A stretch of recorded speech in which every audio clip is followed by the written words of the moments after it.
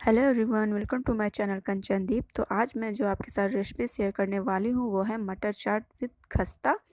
तो चलिए स्टार्ट करते हैं आज का वीडियो।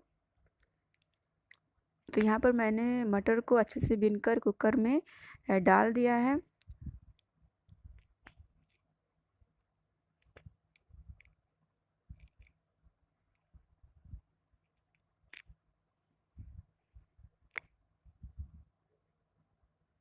उसके बाद मैंने यहाँ पर पानी डाला है। पानी हमें ज़्यादा नहीं डालना है, उतना ही डालना है जितने में मटर हमारी गल जाए।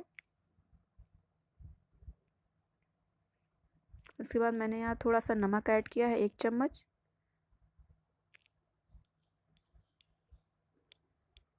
उसके बाद मैंने यहाँ पर थोड़ा सा हल्दी डाली है। उसके बाद मैंने यहाँ पर थोड़ा सा सोडा डाला है जिससे कि हमारी जो मटर है वो जल्दी से गल जाए। अब हम कुकर को बंद करके गैस में चढ़ा देंगे पकने के लिए।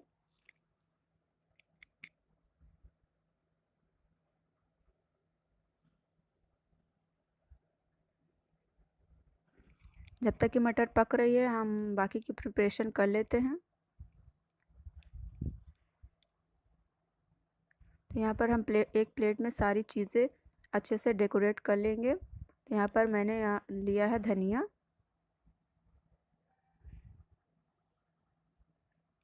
उसके बाद थोड़ी सी मिर्च,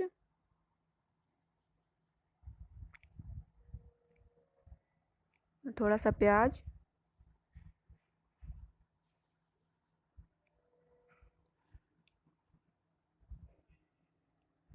फिर यहाँ पर लिया है काला नमक,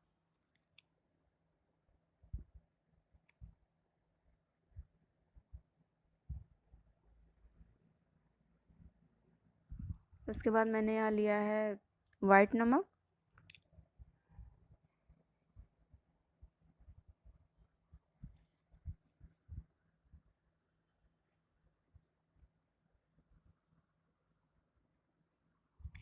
यहाँ पर मैं जीरा को भून लूँगी, उसके बाद पीस लूँगी।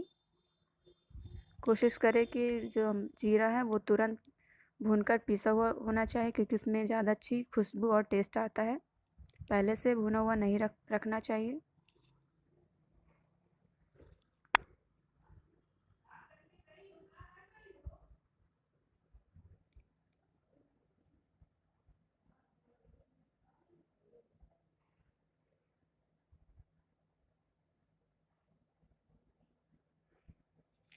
हमें जीरा को अच्छे से भून लेना है।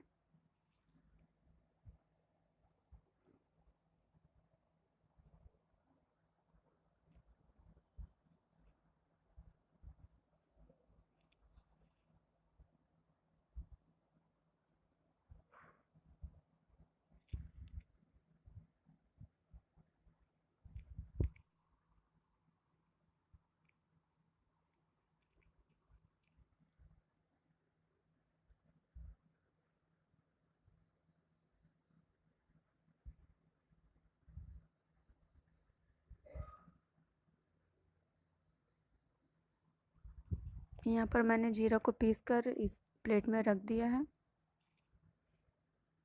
जैसे कि आप देख रहे हैं सारी चीज़ें यहाँ पर मैंने डेकोरेट कर दी हैं।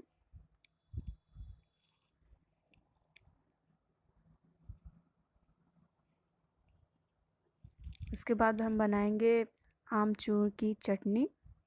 मैंने एक बाउल में थोड़ा सा पानी ले लिया है। यहाँ पर मैं ऐड करूँगी आमचूर।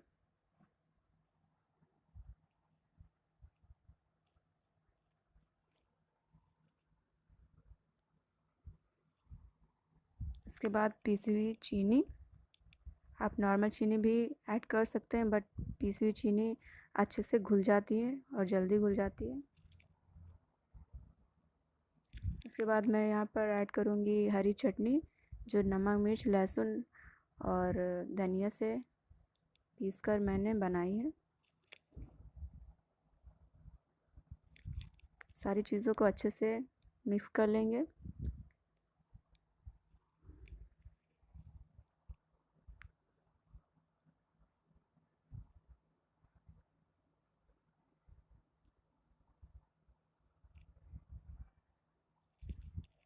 आप चटनी को एक बार टेस्ट करके देख लीजिए, इसमें खट्टा और मीठा बराबर होना चाहिए। अब यहाँ पर हम चेक कर लेंगे कि मटर हमारी पक चुकी है कि नहीं। तो ये मटर अच्छे से गल चुकी है।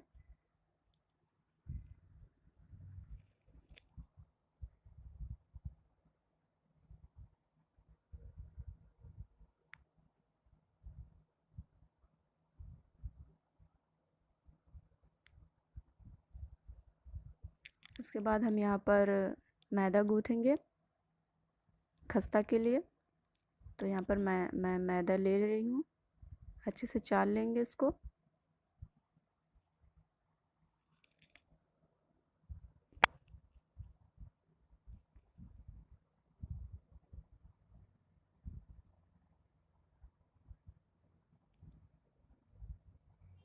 उसके बाद मैं यहाँ पर ऐड करूँगी सूजी। सूजी ऐड करने से जो हमारी खस्ता होती है वो काफ़ी क्रिस्पी बन जाती है।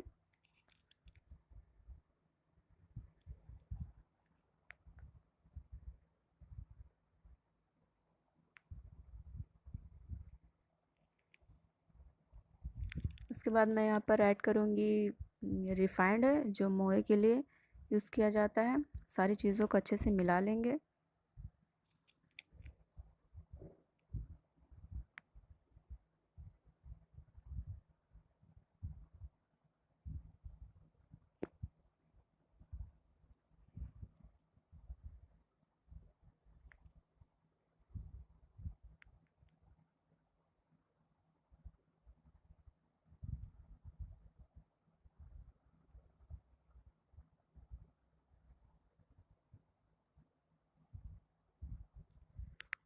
सारी चीज़ों को अच्छे से मिलाने के बाद हम पानी से इसे गूँथ लेंगे। हमें ध्यान रखना है कि पानी थोड़ा थोड़ा सा इसमें डालना है, जिससे कि आटा गीला ना हो जाए। पूड़ी के लिए हमें आटे को थोड़ा सा टाइट ही गूँथा जाता है।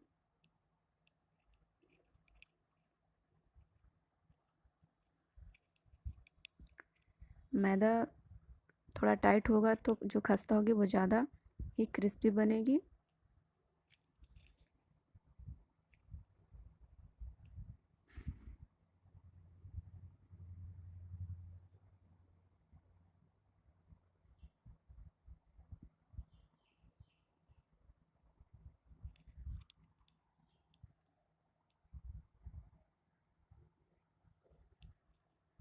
हमें मैदे को अच्छे से मार कर उसे एक प्लेट से ढककर 5 से 10 मिनट के लिए रख देना है, जिससे काफ़ी सॉफ्ट हो जाए।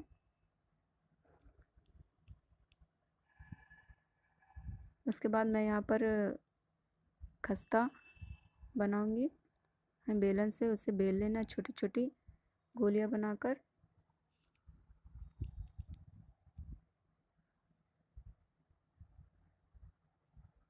यहाँ पर मैं थोड़ा सा रिफाइंड लगा रही हूँ, जिससे कि हमारी जो खस्ता है वो चिपके नहीं।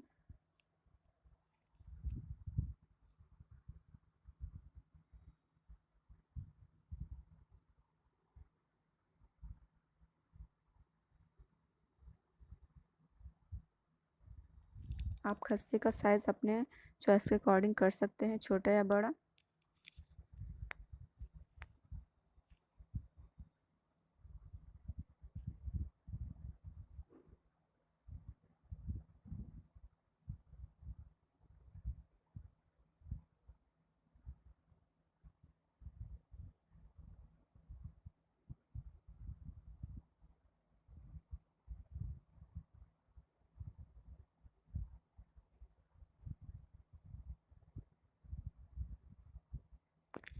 यहाँ पर मैंने खस्ता रेडी कर लिया। अब मैं इनको फ्राई करूँगी।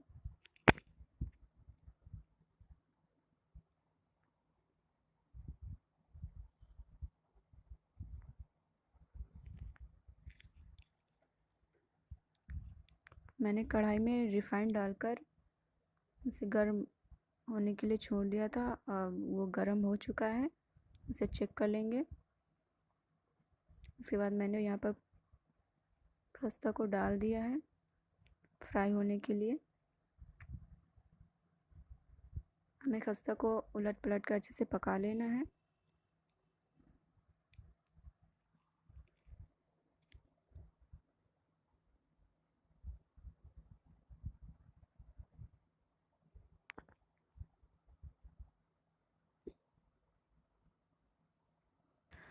तो यहाँ पर हमारे खस्ता रेडी हो चुके हैं, उन्हें हमें अब एक प्लेट में निकाल लेना है।